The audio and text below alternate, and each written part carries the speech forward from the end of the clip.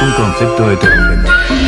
Y lo primero que conviene aclarar es el valor exacto de las dos mitades que componen la palabra. Porque indo y chino no son términos que deban entenderse en el mismo sentido. Y es que, contrariamente a lo que suele creerse, no es una relación de mestizaje la que se está sugiriendo al hablar de los pueblos o de las culturas de Indochina.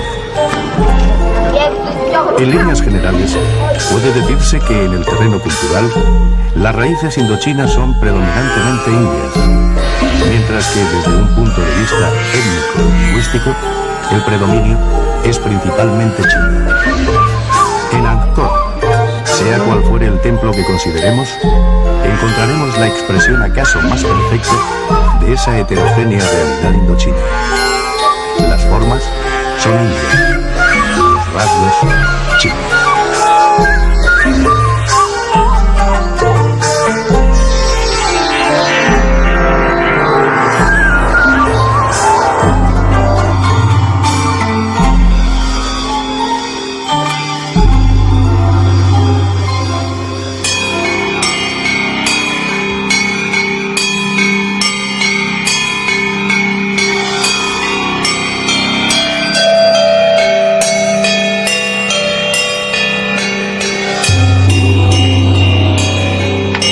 Además de corazón de la cultura Khmer, Angkor es no solo el mejor símbolo de Camboya y de toda Indochina, sino también uno de los más importantes conjuntos monumentales del mundo. Una realización fuera del alcance, por ejemplo, de la Europa de hace un milenio, época en la que fue construido Angkor Wat, el más espectacular de los templos. Angkor Wat ocupa una extensión de 200 hectáreas y su recinto principal forma un rectángulo de 800 por 1000 metros. Es de inspiración hinduista y con él culmina la época directamente brahmánica.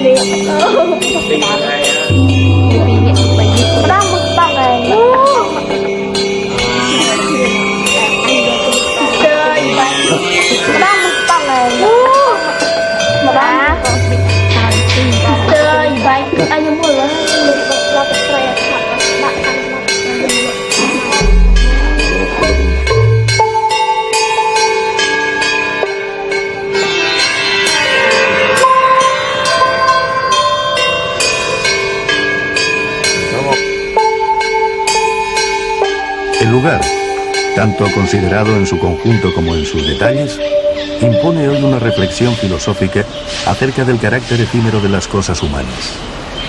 Pues el Angkor que vemos fue redescubierto por arqueólogos franceses hace poco más de un siglo, perdido no solo en la jungla, sino también en la memoria de los pueblos.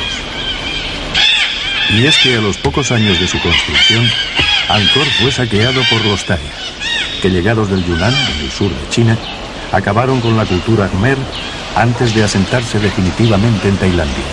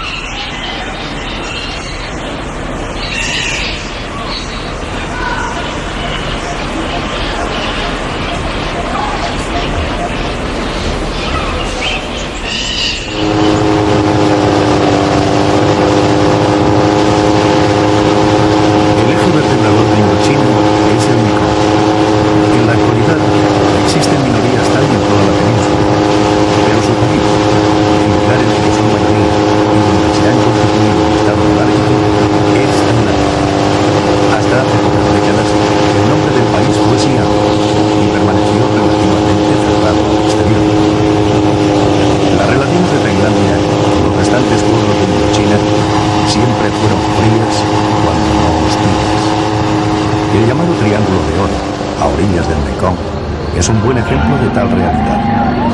A la izquierda, Birmania. A la derecha, Laos.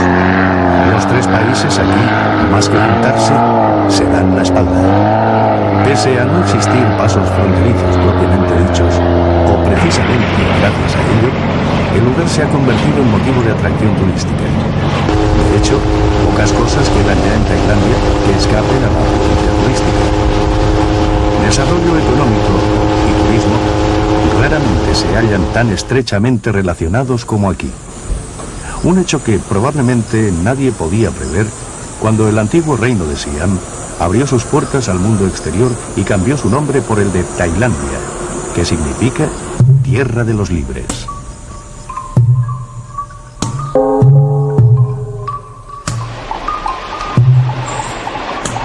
El símbolo tradicional de Tailandia es el elefante. Animal en otro tiempo muy abundante, hoy día solo es fácil verlos en las escuelas de adiestramiento existentes al norte de Chiang Mai.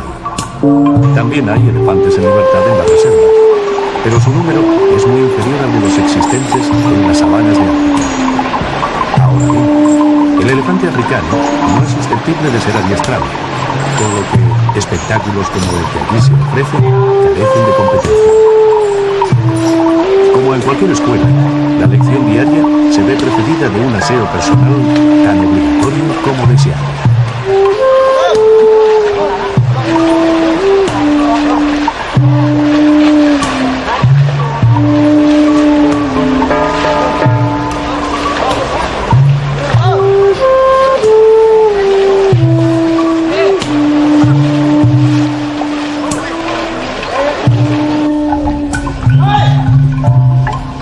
La particularidad de esta escuela reside en el hecho de que los trabajos que se enseñan a los elefantes nunca van a tener otro marco que el del propio centro de adiestramiento, ya que se realizan exclusivamente ante los ojos de los turistas que allí acuden a contemplar el espectáculo. Más que trabajadores, los elefantes son así pues actores, y su actividad puede ser equiparada a la que otros elefantes realizan en un circo. Su trabajo consiste en simular que trabajan.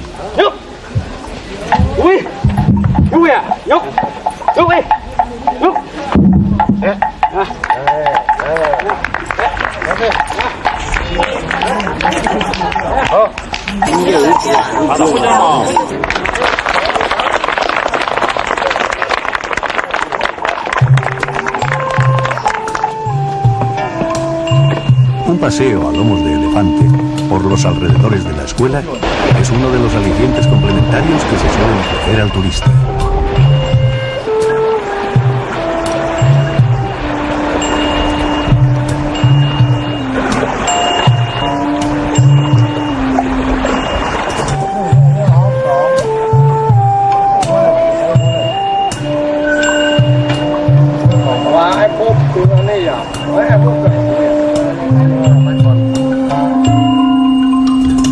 El mismo papel de reclamo turístico que cumple el elefante es el que en Tailandia se asigna a las llamadas tribus de las colinas.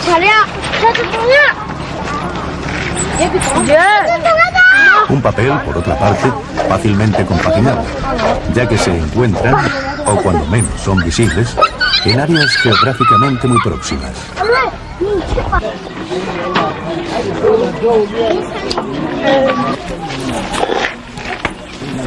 Las tribus proceden de minorías étnicas muy diversas, de presencia relativamente reciente en algunos casos, y tan antigua como la de los propios Thai en otros.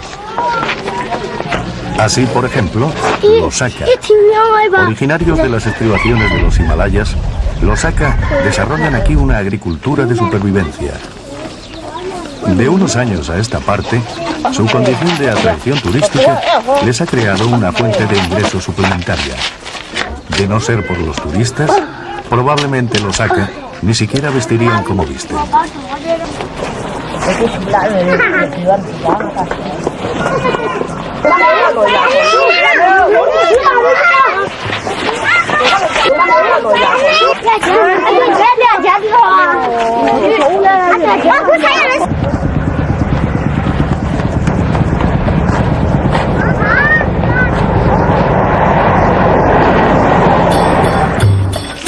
Cada tribu tiene su leyenda.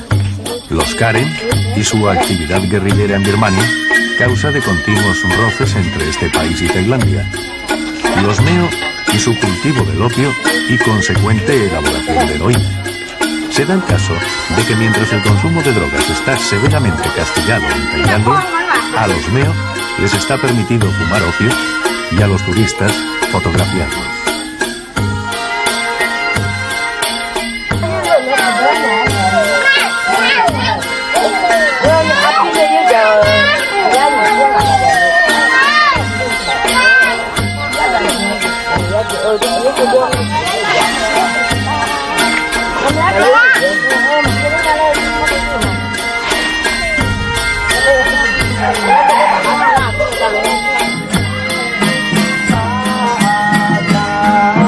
Algunas tribus llegan a explotar verdaderas rarezas, monstruosidades, como la de las llamadas mujeres jirafa, propias de las que en otros tiempos se exhibían en el circo. Un circo que gracias a la televisión y a la publicidad de las agencias de viajes ha logrado introducirse en los hogares de todo el mundo.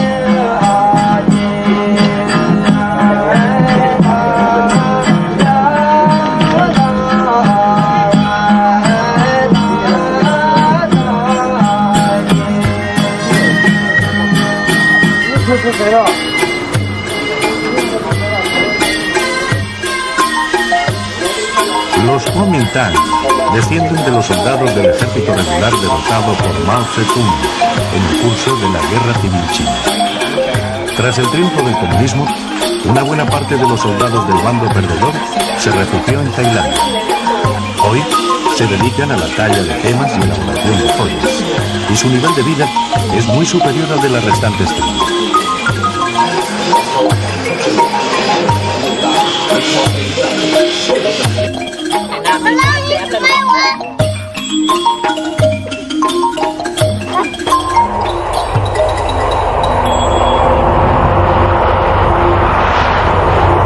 Al contemplar los ricos cultivos del norte, donde además de arroz se producen toda clase de frutas y verduras, al visitar la casa de una familia campesina, al conocer el desahogo de sus condiciones de vida, se impone una reflexión.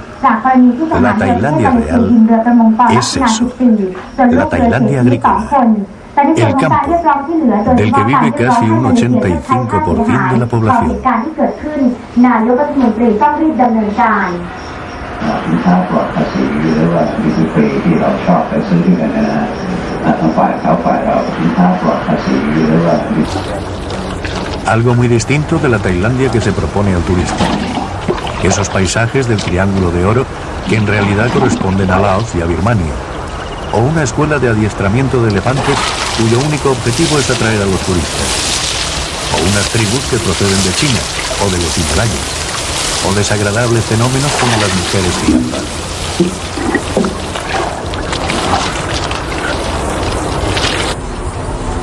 En Tailandia se cultivan todas las frutas y verduras que se dan en Occidente, más otras que, por razones climáticas, se dan en contados lugares, como los lichis. Pero todo eso tal vez tenga poco gancho desde un punto de vista turístico. O al menos eso parecen creer las autoridades empeñadas en asociar el turismo a espectáculo, por ficticio que este resulte.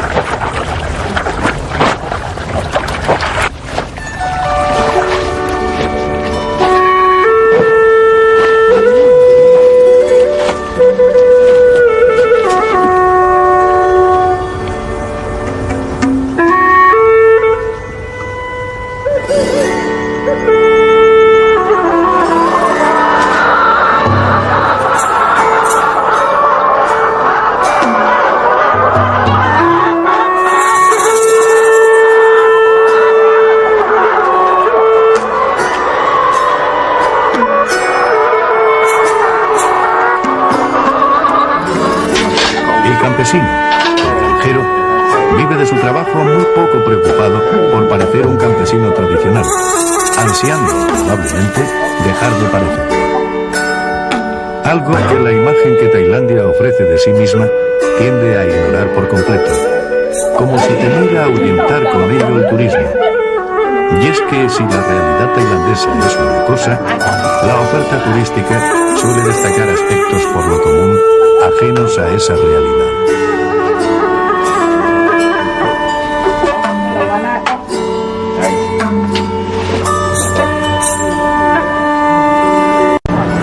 Si en algún punto de Tailandia es todavía posible apreciar simultáneamente tradición y desarrollo, pasado y presente, ese punto es Chiang Mai, capital histórica del norte de Tailandia. Y téngase en cuenta que hablar de pasado en relación a Tailandia es remitirse a 10 o 15 años atrás, no a fechas remotas. Nadie lo diría ante el magnífico Buda de Phra Singh, de antigüedad muy superior a la ciudad y al propio templo que lo acoge. En el interior, el tiempo parece haberse detenido. Y se hace lo posible para que así sea.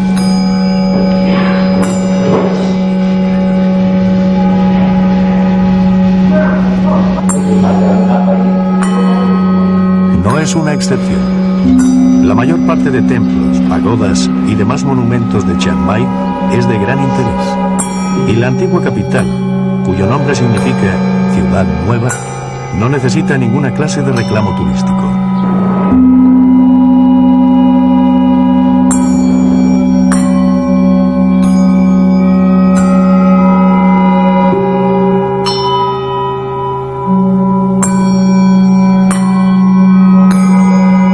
La serpiente, de cuya boca salen 3 dragones, nos recuerda el remoto origen chino de los tailandeses. También los monjes budistas son idénticos a los de Birmania y Sri Lanka, y su vida cotidiana no difiere de la que llevarían en esos países. La diferencia reside en el fervor de los fieles, aquí mucho más frío. Será porque el ritmo de la vida moderna lo impone, pero el caso es que si en el interior, aunque con menos fieles, la paz y el recogimiento son los mismos, en el exterior el panorama es otro.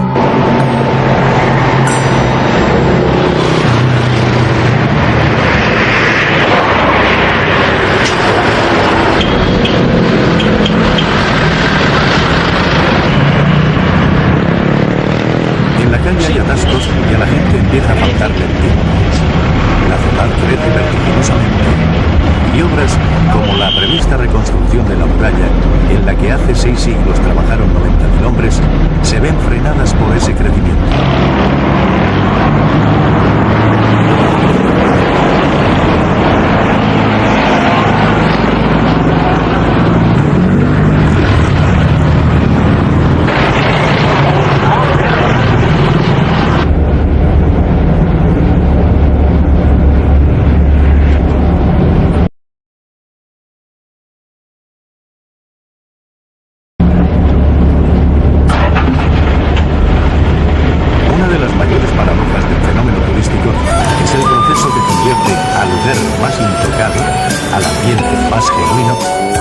Objetivo número 1 del turista, con lo que ese lugar pierde cuanto tenía de auténtico y termina siendo mera réplica de sí mismo. Afortunadamente, la vitalidad del bazar de Chiang Mai es aún lo suficientemente fuerte como para asimilar al turista, integrarlo en la corriente humana que, particularmente de noche, deambula entre los comercios, convertirle en comprador de la artesanía local o de los relojes de imitación que aquí y allá se exhiben contando precisamente con su presencia. También las terrazas de los restaurantes ofrecen una variadísima muestra de especialidades tanto de la cocina oriental como de la occidental. En muchos casos se trata de una cocina de síntesis, inspirada en platos de diverso origen que mezclan mejor de lo que pudiera pensarse en primera vista.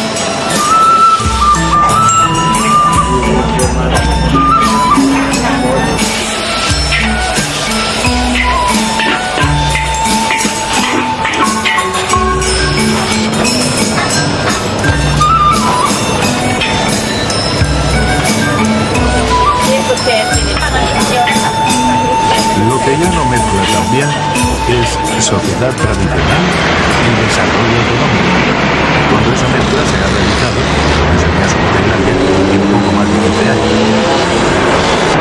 Donde tenemos el mejor ejemplo, donde el desarrollo generado por el turismo ha terminado por hacer casi imposible el fenómeno turístico, es decir, donde el producto obtenido ha alcanzado tal volumen que hace imposible su consumo, es el momento.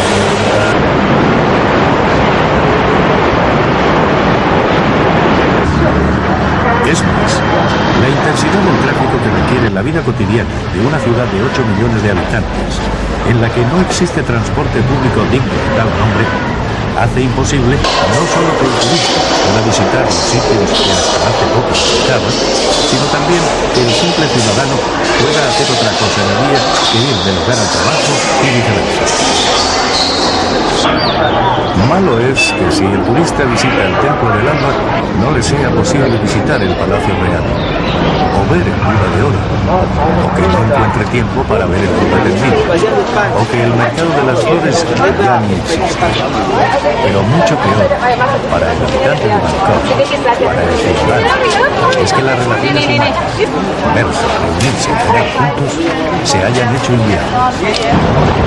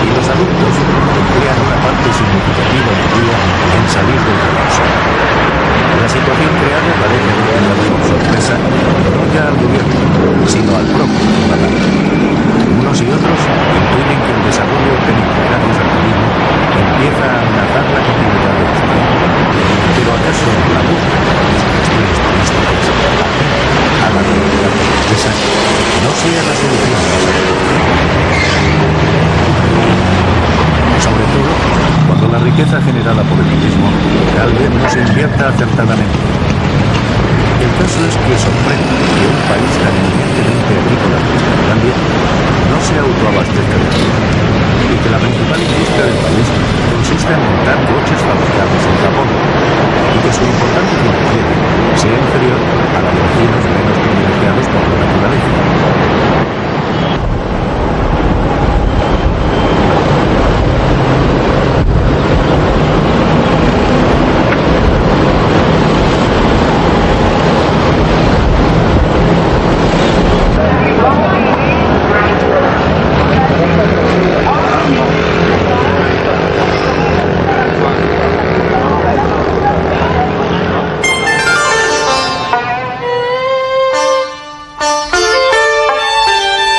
Dos ciudades, dos países. Se diría que dos mundos diferentes. Porque si Bangkok y Hanoi son ciudades que tienen muy poco en común, lo mismo puede decirse de la historia de sus respectivos pueblos. Como sabemos, los thais se asentaron en la actual Tailandia, procedentes del sur de China, en el siglo XIII. Por esa misma época, Tran Hung Dao, héroe nacional vietnamita, derrotó a los invasores chinos en una batalla calcada de otra que había tenido lugar 3 siglos antes con idéntico resultado. Ya entonces, los vietnamitas llevaban más de 1000 años afirmándose contra la expansión china hacia el sur.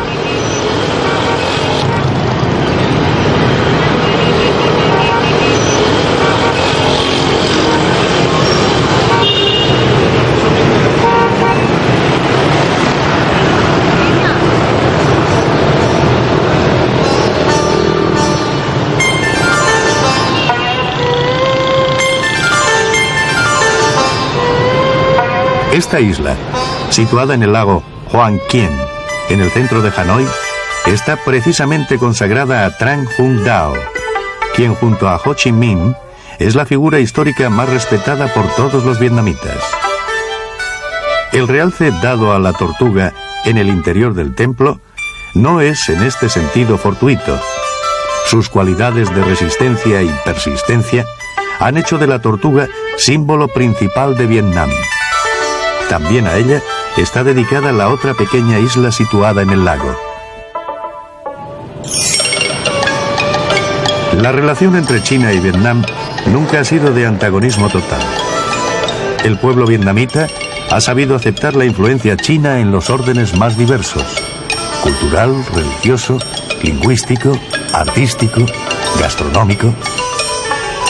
Lo único que no ha querido aceptar es la pérdida de la soberanía política. Si en los templos taoístas no faltan fieles, los restaurantes son en apariencia enteramente chinos. No se trata ya de las especialidades vietnamitas, de la misma familia que las chinas.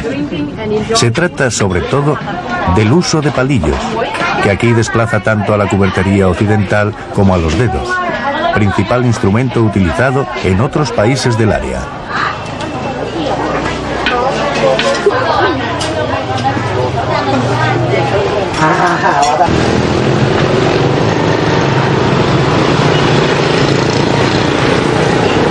El templo de la literatura dedicado a Confucio y su doctrina es un fiel ejemplo de la estrecha afinidad existente entre Vietnam y China, toda vez que sus espacios sucesivos constituyen el centro cultural más importante de Hanoi y ha sido tradicionalmente considerado monumento a la sabiduría cósmica. Sus 3 avenidas de acceso han sido recorridas durante siglos por los reyes del Tonkin y sus dignatarios militares y civiles.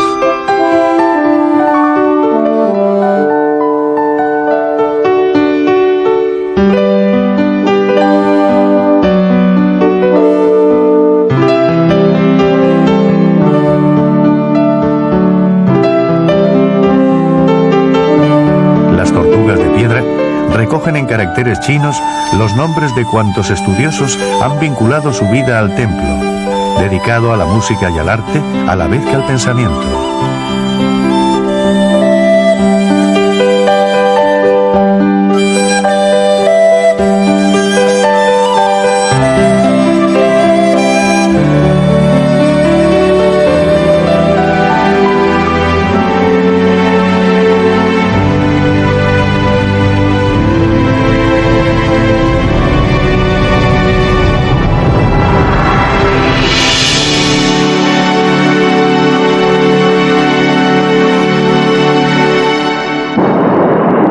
La simple mención de Vietnam evoca inevitablemente para el gran público el nombre de Estados Unidos, debido a la guerra que enfrentó a ambos países en fechas relativamente recientes, y sobre todo al sinnúmero de películas y series televisivas inspiradas en esa guerra. No obstante, mucho más profunda que la huella dejada en Vietnam por el conflicto con Estados Unidos es la dejada por su enfrentamiento histórico con Francia. En definitiva, Estados Unidos no hizo más que subrogarse respecto a Francia en sus pretensiones tutelares. No bien Vietnam consiguió la independencia para sí, para Laos y para Camboya, poniendo fin a la dominación colonial francesa. La caída de Dien Bien Phu marcó en su día un punto de inflexión en el proceso descolonizador, no ya de Indochina, sino de todo el sureste asiático. Y Ho Chi Minh se convirtió en símbolo vivo para todos los pueblos sometidos por un occidente cuya mayor modernidad no es sinónimo de superior cultura.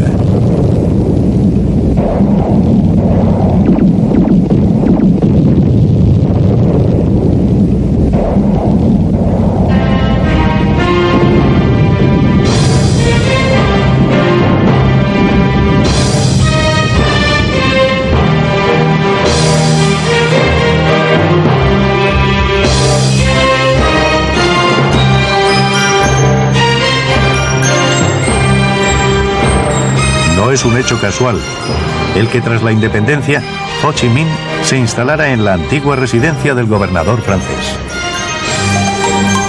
Mejor dicho, no en el palacio, dedicado a usos protocolarios, sino en una humilde construcción de 2 habitaciones situada en el jardín.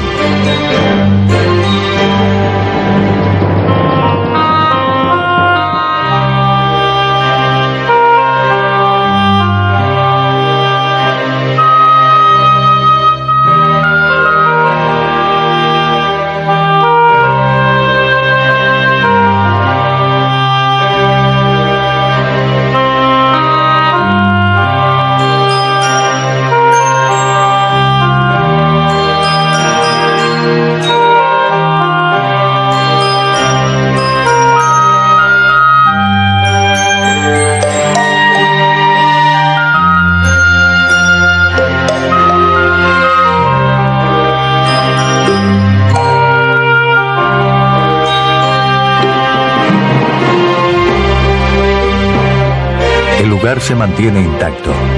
Solo los peces dorados, que solía cuidar personalmente, serán probablemente otros.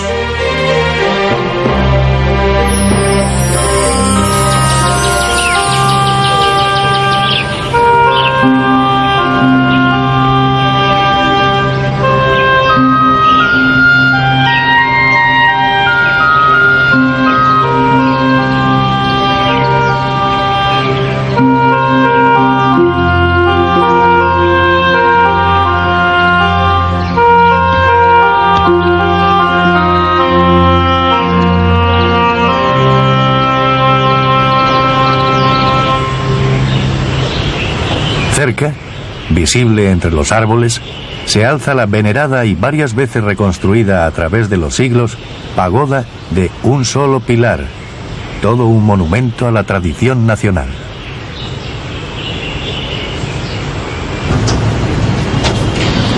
En las inmediaciones de ese marco ambiental en el que transcurrieron los años finales de su vida, se alza su mausoleo. Fue construido pese a los deseos de signo contrario que había manifestado en diversas ocasiones. Pero Ho Chi Minh es en Vietnam una figura indiscutida, y ante el mausoleo se forman cada día largas colas de visitantes.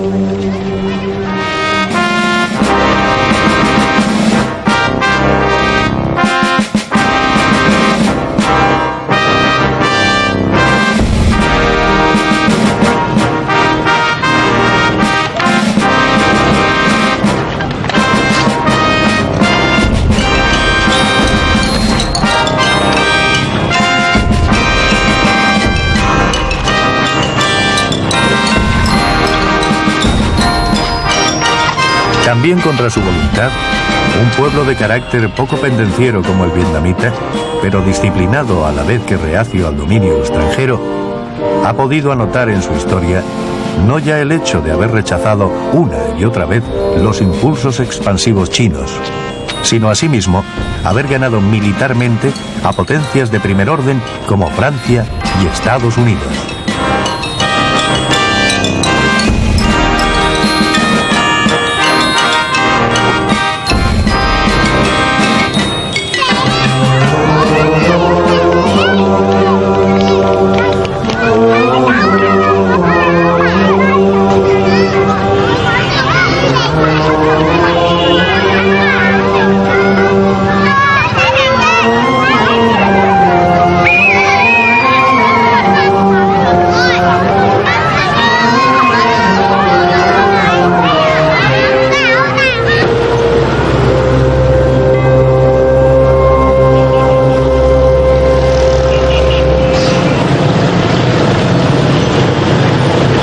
Donde mejor se expresa la vivacidad de carácter del pueblo vietnamita es en el ajetreo callejero, en la relación que los transeúntes establecen unos con otros, en la significativa buena disposición con la que hacen frente a las dificultades de la vida diaria en tiempos de paz, igual que lo hicieron en tiempos de guerra.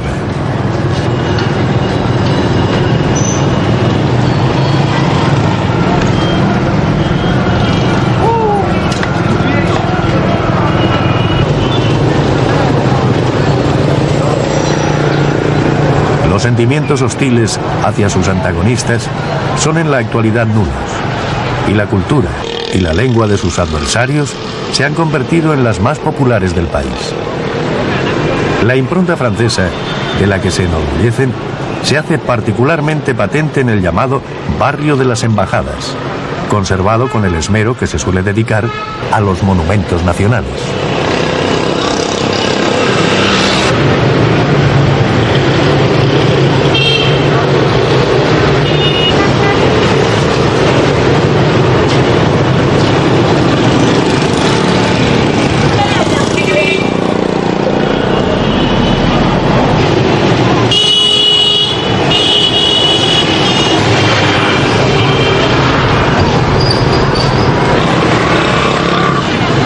No es exagerado decir que en Vietnam la vida de cualquiera encierra, a escala personal, un drama equivalente al que esa guerra supuso para la nación. Así, por ejemplo, Tran Hai, una mujer demasiado joven para haber combatido.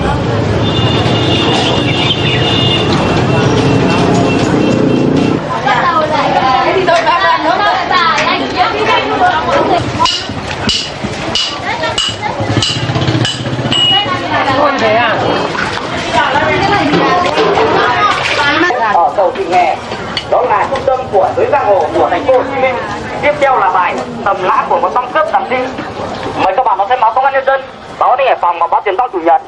Trên trang nhất, báo Đi Hải Phòng có bài Hãy cứu những đứa trẻ và chỉ thích đáng những trẻ nhất lưng. Mời các bạn đón xem báo Công an.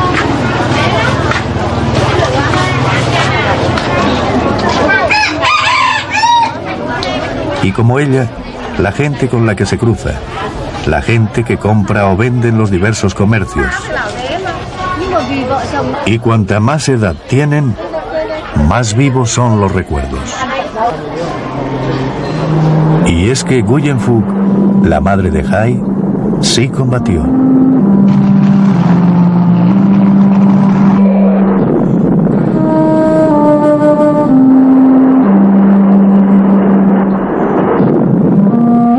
Como tantas otras voluntarias de su edad, como tantos otros voluntarios.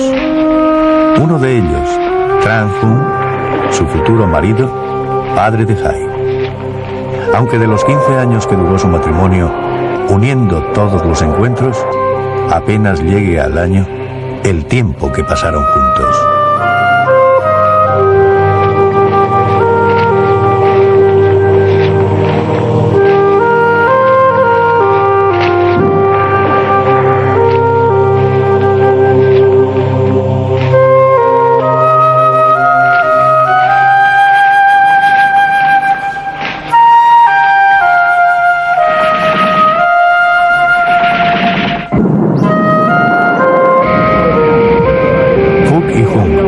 Conocieron en el sitio de Dien Bien Phu. Tras la victoria, Hung siguió en el ejército. Fue nombrado comandante de uno de los tramos de la llamada Ruta Ho Chi Minh, donde murió en combate.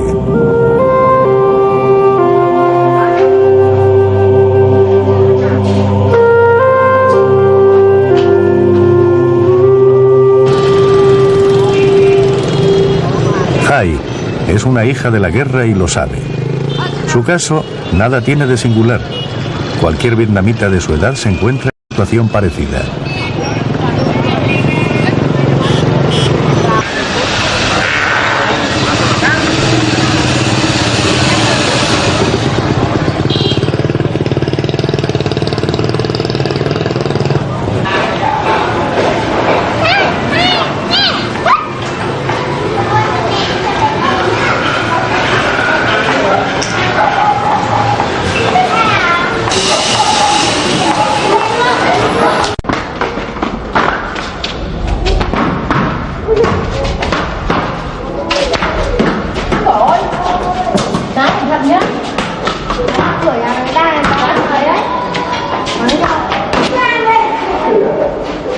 Hai tiene un hijo. El chico sabe que sus abuelos gozan de la consideración de héroes nacionales, como también que Vietnam es un país pobre y que las pensiones de los héroes no dan para más.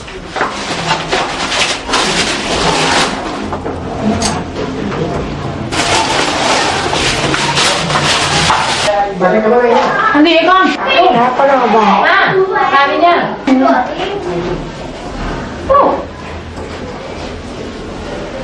Hải ơi! Dạ! Xong chưa?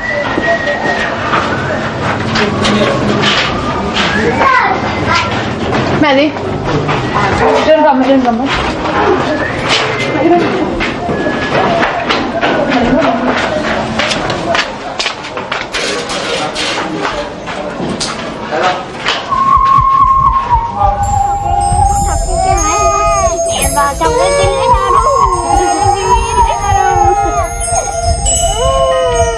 La principal fuerza de trabajo en el campo vietnamita es el propio campesinado. Vietnam ha seguido el modelo de desarrollo rural chino, ya que, como en su día sucedió con China, no se dispone de otros medios ni el país puede permitirse el paro.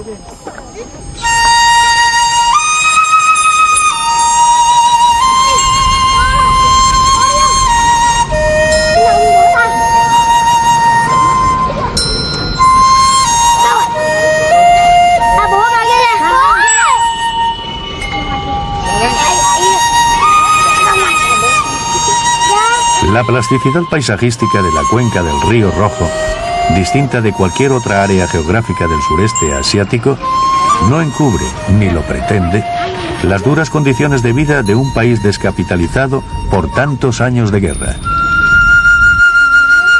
Una guerra que no fue una revolución, no hay que olvidarlo. Como tampoco hay que dejarse engañar por las palabras república socialista, régimen comunista, etc. Vietnam es un país que carece de las tradicionales conquistas sociales propias de los países excomunistas, sobre todo en lo que se refiere a la educación, sanidad o pensiones. Su situación al respecto es muy similar a la de los restantes países de la zona. La guerra de Vietnam fue fundamentalmente una guerra de independencia y como tal pasará a la historia.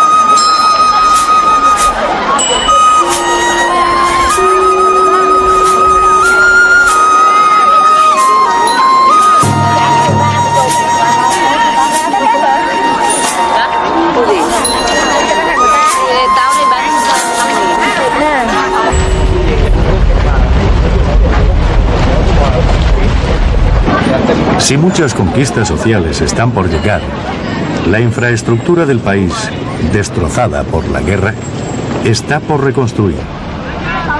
La inversión extranjera, en especial la de Singapur, Hong Kong y Taiwán, es ya muy importante. Sin ella, tal reconstrucción sería simplemente imposible. ¿En qué medida y en qué sentido esas inversiones condicionarán el futuro del país? Es algo, hoy por hoy, impredecible.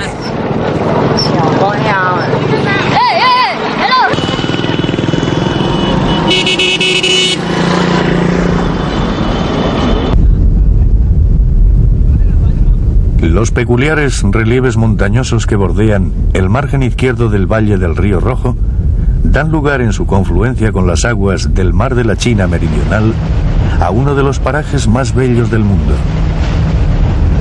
Unos 1.500 kilómetros cuadrados de islotes perdidos entre otros islotes, de siluetas suavizadas por la casi permanente neblina que ni siquiera el sol disipa por entero. Es la bahía de Ha Long.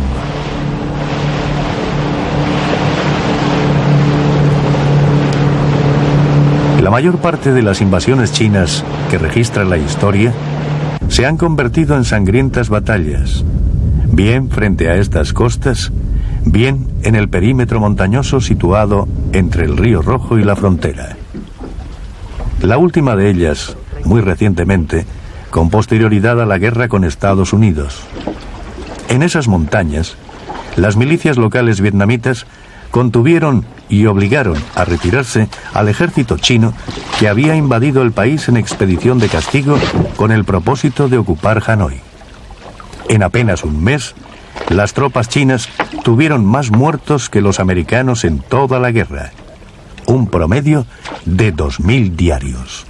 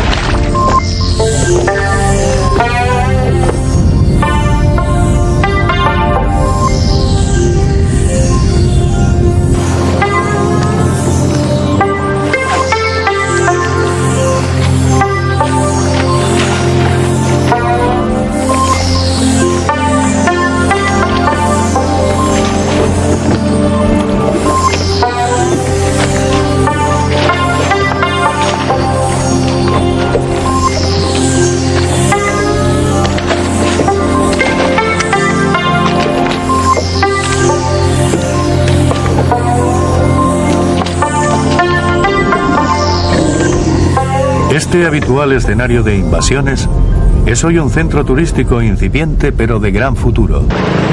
Hasta el momento se ha desarrollado con una decidida protección del paisaje. ¿Seguirá siendo así en el futuro? La independencia política ganada con las armas se transforma fácilmente en dependencia económica en tiempos de paz.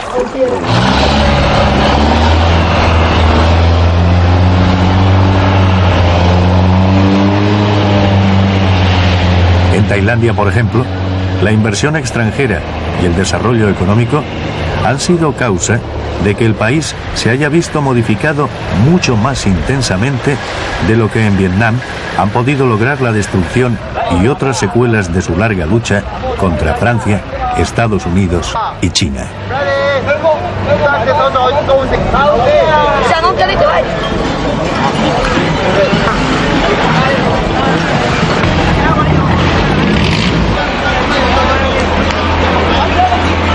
En Phan Nga, paraje próximo a Phuket, Tailandia meridional, se puede comprobar, en un marco similar al de la bahía de Ha Long, el impacto del desarrollo económico y más particularmente del fenómeno turístico en el medio ambiente.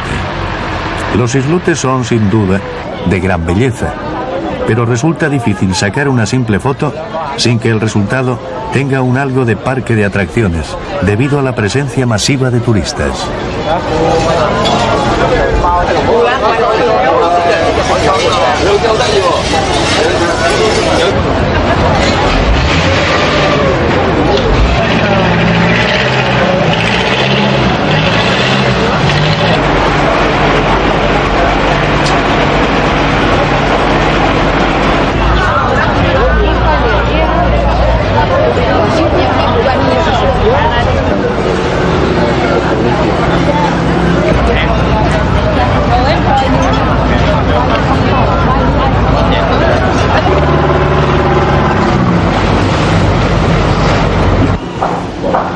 La afluencia turística no solo desvirtúa el escenario natural preexistente, sino que llega a crear verdaderos decorados con la intención de mejorar ese escenario preexistente.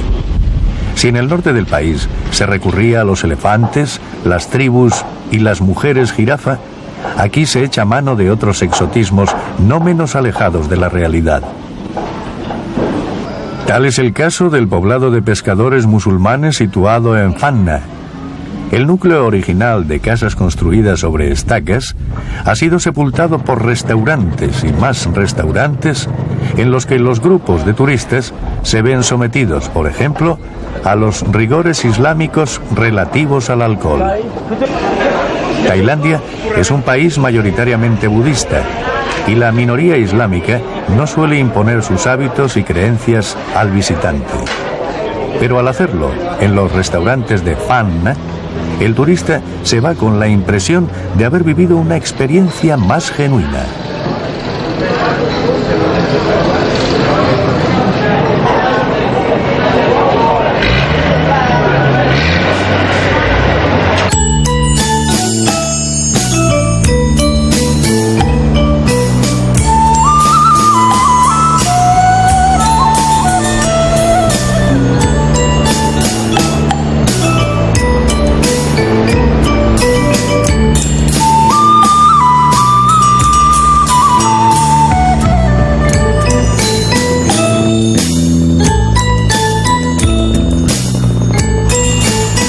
Phuket, antiguo asentamiento portugués estrechamente relacionado con Malaca, ha sido siempre una isla afortunada.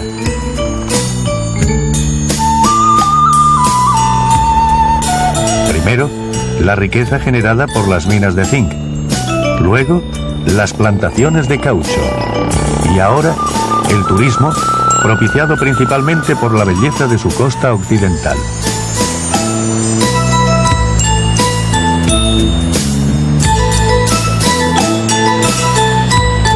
Patong es hoy su centro vivo. En Patong, las actividades deportivas de todo tipo relacionadas con el mar se combinan con una intensa vida nocturna, comida, bebida y sobre todo sexo.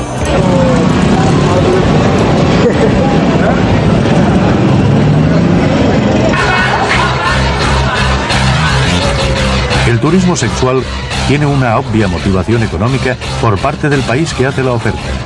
Mejor dicho, por parte de su pueblo. A ninguna de estas chicas, a ninguno de estos chicos, le atraería relacionarse con los turistas que aquí acuden si no fuera porque de algún modo eso les ayuda a vivir. Pero tal razón económica no existe para el turista. Todo lo que aquí puede encontrar, lo encontraría a mucho mejor precio en su propio país si tuviera en cuenta el coste del viaje.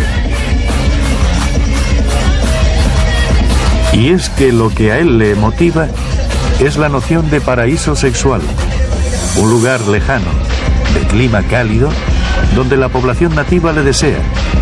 Puro invento, ni qué decir tiene, de la publicidad manejada por las agencias de viaje.